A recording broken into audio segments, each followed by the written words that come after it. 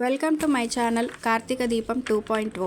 కార్తీక దీపం నేటి ఎపిసోడ్ ఉత్కంఠభరితమైన మలుపులతో సాగింది. సుమిత్ర ప్రాణాలు కాపాడే విషయంలో దీప మరియు కార్తీక్ తీసుకున్న నిర్ణయం గుండెల్ని పిండి వేస్తుంది. అసలు జ్యోత్స్న బ్లడ్ శాంపిల్స్ నిజంగానే మ్యాచ్ అయ్యాయా, లేక పారిజాతం మళ్ళీ ఏదైనా కుట్ర పన్నిందా? మరెందుకు ఆలస్యం, వెంటనే తెలుసుకుందాం. నా కోడలికి ఏమీ కాదు అన్న వార్త వినగానే 9 శుక్రవారాలు పూజ చేస్తానని మొక్కుకున్నానండి అంటుంది పారిజాతం. రెండోసారి శాంపిల్స్ మ్యాచ్ అవ్వాలని దేవుడిని మొక్కుకున్నావా పారు అని కార్తీక్ ప్రశ్నిస్తాడు. అవును అని సమాధానమిస్తుంది. కార్తీక్ పారిజాతం వైపు చూస్తూ, మ్యాచ్ అవ్వవని నీకెలా తెలుసు? మ్యాచ్ అవ్వవని చెప్పారా? చిత్రత్త కూతురు జ్యోత్స్న అన్నప్పుడు మ్యాచ్ అవ్వకుండా ఎలా ఉంటుంది అని ప్రశ్నిస్తాడు. ముందుసారి మ్యాచ్ అవ్వలేదు కదరా, ఈసారి కూడా జ్యోత్స్న పొరపాటు లేకుండానే మ్యాచ్ అవ్వకపోవచ్చు కదా అని. అంటే శాంపిల్స్ మ్యాచ్ అవ్వవని నీకెక్కడో అనుమానంగా ఉంది కదా అంటాడు కార్తీక్. నీకెందుకు అనుమానం వచ్చింది? అడగటానికి అసలు నువ్వెవరు అని కార్తీక్ పై కోప్పడుతుంది. పోనీ నేను అడుగుతున్నాను చెప్పు, నీకెందుకు అనుమానం వచ్చింది? అసలు నువ్వెందుకు అనుకున్నావో చెప్పు అని శివన్నారాయణ మధ్యలో ప్రవేశిస్తాడు. ఇంతలో సుమిత్ర, మామయ్య గారు, అత్తయ్య గారిని ఏమీ అనకండి.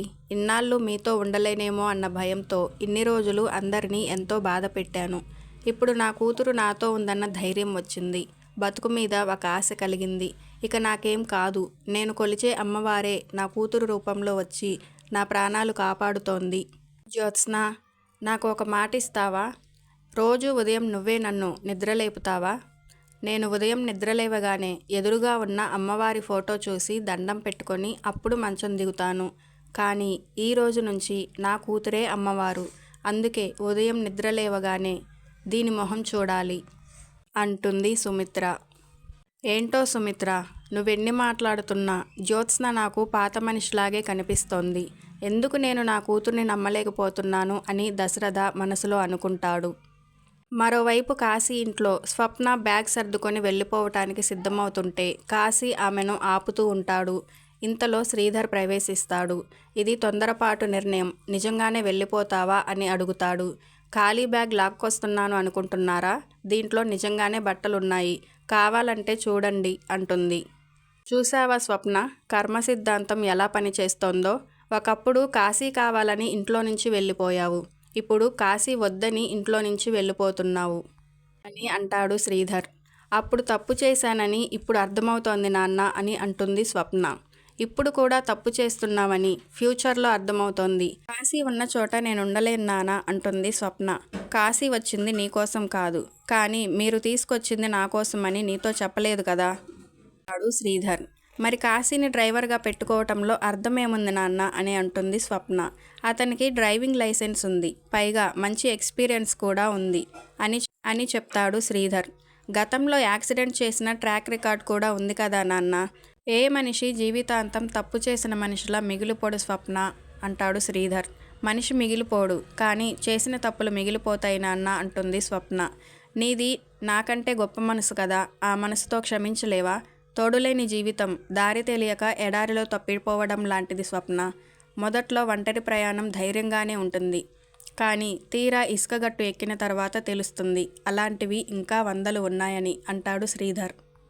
మేం బాగుండాలని మీరు కోరుకుంటారు, మీరు బాగుండాలని మేము కూడా కోరుకుంటాము.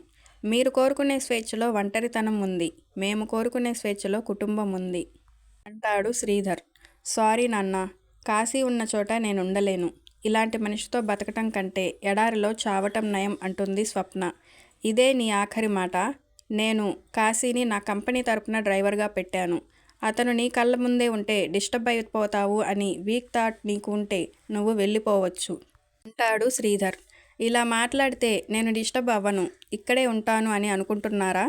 నువ్వు ఎక్కడికి పోయినా అక్కడికి నేను వస్తాను. నా కూతురు కనిపించట్లేదని పాంప్లెట్స్ అంటిస్తాను, పోలీస్ కంప్లైంట్ ఇస్తాను. అప్పుడేం చేస్తావు? నువ్వు ఇక్కడే ఉంటున్నావు, కాశీ కూడా ఇక్కడే ఉంటున్నాడు డ్రైవర్గా. ఇదే నా ఆఖరి మాట అని చెప్పి లోపలికి వెళ్ళిపోతాడు శ్రీధర్. మరోవైపు కార్తీక్ అమ్మవారికి పల్లకీ సేవ చేసేటప్పుడు కీర్తించినట్టు జ్యోత్స్నను దేవతను చేసి మా అత్త భుజాల మీద పల్లకీతో ఊరేగిస్తుంటే తట్టుకోలేక బయటకు వచ్చేశాను దీప అంటాడు కార్తీక్. జ్యోత్స్న మొహం చూస్తే గాని అత్తయ్య ఎవరిని చూడదంట. ఈ రోజు నుంచి తను బతికే ప్రతి నిమిషం ఆవిడగారు ప్రసాదించేనంట. ఎవరు కూతురు, ఎవరు తల్లి, ప్రాణం పోసేది ఎవరు, ప్రశంసలు అందుకునేది ఎవరు, నాకు అర్థం కావట్లేదు దీప అంటాడు కార్తీక్. ఆ ప్రశంసలు నేను అందుకోవాలనుకుంటున్నావా బావా అంటుంది దీప. అర్హత లేని మనిషి అందుకుంటుందని నా బాధ. చట్టప్రకారం మాట్లాడాలంటే చేసిన తప్పులకి జ్యోత్స్నను అరెస్ట్ చేసి జైల్లో కూర్చోపెట్టాలి. న్యాయ ప్రకారం మాట్లాడాలంటే శివన్నారాయణ గారి మనవరాలి హోదాలో ఉండే అర్హత నీకుంది, కానీ జ్యోత్స్నకు లేదు. జ్యోత్స్నను మెడపట్టుకొని బయటికి గెంటేసి ఆ స్థానంలో నిన్నుంచాలి. మొదటిది దేవుడు నన్ను చేయనివ్వలేదు, రెండోది నువ్వు నన్ను చేయనివ్వవు. నా జీవితంలో నా కోసం ఎప్పుడు బాధపడలేదు దీపా, కానీ నిన్ను కలిసినప్పటి నుండి నీకోసం ఏదో ఒకటి చేయాలనిపిస్తుంది అంటాడు కార్తీక్. నాకు ఏ కీర్తి కిరాటాలు అవసరం లేదు బావా, నా తల్లి క్షేమంగా ఉంటే చాలు, ఆవిడ నవ్వుతూ ఉంటే చాలు, ఆ నవ్వే నాకు బహుమతి, ఆ నవ్వే నాకు ప్రశంస అంటుంది దీప. నువ్వు కోరుకోకపోవచ్చు, కానీ నీకోసం నేను కోరుకోవచ్చు కదా. అమ్మ ప్రాణం కోసం అమ్మతనాన్నే పణంగా పెట్టిన కూతురు నియమనాలి దీప. ఏ పూలతో పూజించాలి, ఏ రాళ్లతో గుడి కట్టాలి అని కార్తీక్ ఆవేశంగా మాట్లాడతాడు. ఇంతలో శ్రీధర్ కాంచనను తీసుకొని అక్కడికి వస్తాడు. శ్రీధర్ మరియు కాంచన హఠాత్తుగా ఇంటికి వస్తారు. హాల్లో అందరూ ఉన్నప్పుడు శివన్నారాయణ ఒక ముఖ్యమైన ప్రకటన చేస్తారు. సుమిత్రకు ఆపరేషన్ అయిపోయిన తర్వాత మనమందరం కలిసి ఒక టూర్కి వెళ్దాం అంటూ ఉంటాడు శివన్నారాయణ. మీరేనా వెళ్ళేది, మమ్మల్ని తీసుకెళ్ళలా మామయ్య గారు అంటాడు శ్రీధర్. నువ్వు లేకపోతే సందడే ఉండదు శ్రీధర్, కూర్చోండి అంటారు శివన్నారాయణ. ఎలా ఉన్నా వదినా అంటుంది కాంచన. అది నేను చెప్తానమ్మా అంటాడు శివన్నారాయణ. ఫోన్ చేసి అర్జెంటుగా ఎందుకు పిలిచావో చెప్పు నాన్న అంటుంది కాంచన. భయపడాల్సిందేమీ లేదమ్మా, ఒక సువార్త చెప్పడానికే పిలిచాను. జ్యోత్స్న బ్లడ్ శాంపిల్స్ మ్యాచ్ అయ్యాయి. కార్తీక్ మరియు దీప ఆశ్చర్యంగా ఒకరినొకరు చూసుకుంటారు. పారిజాతం ముఖంలో టెన్షన్ మొదలవుతుంది. డాక్టర్ గారే స్వయంగా వచ్చి చెప్పారని, ప్రస్తుతం మెడిసిన్స్ వాడమన్నారని, త్వరలోనే సుమిత్రకు ఆపరేషన్ చేస్తామన్నారని శివన్నారాయణ చెప్తారు. అయితే స్వీట్స్ నాకు కాదు నాన్న, వదినకు తినిపించాలి. తిను వదిన. మా అమ్మ పరిస్థితి నీకు రాకూడదని 1000 దేవుళ్లకు మొక్కుకున్నాను అంటుంది కాంచన. అవునన్నయ్య, నాకైతే వదినంటే అన్నయ్య భార్య కాదు, నా పుట్టింటికి జన్మనిచ్చే మరో అమ్మ. వదిన లేకపోతే అసలు ఈ ఇంటికి వెలుగే లేదన్నయ్య అంటుంది Kanchana. Sridhar, so my dear family members, ఇక అందరూ కన్నీళ్ళకి సెండ్ ఆఫ్ ఇవ్వండి. అది మన జీవితంలో ఒక అతిథిలా వచ్చి చుట్టంలా మన ఇంట్లోనే తిష్ట వేసి కూర్చుంది.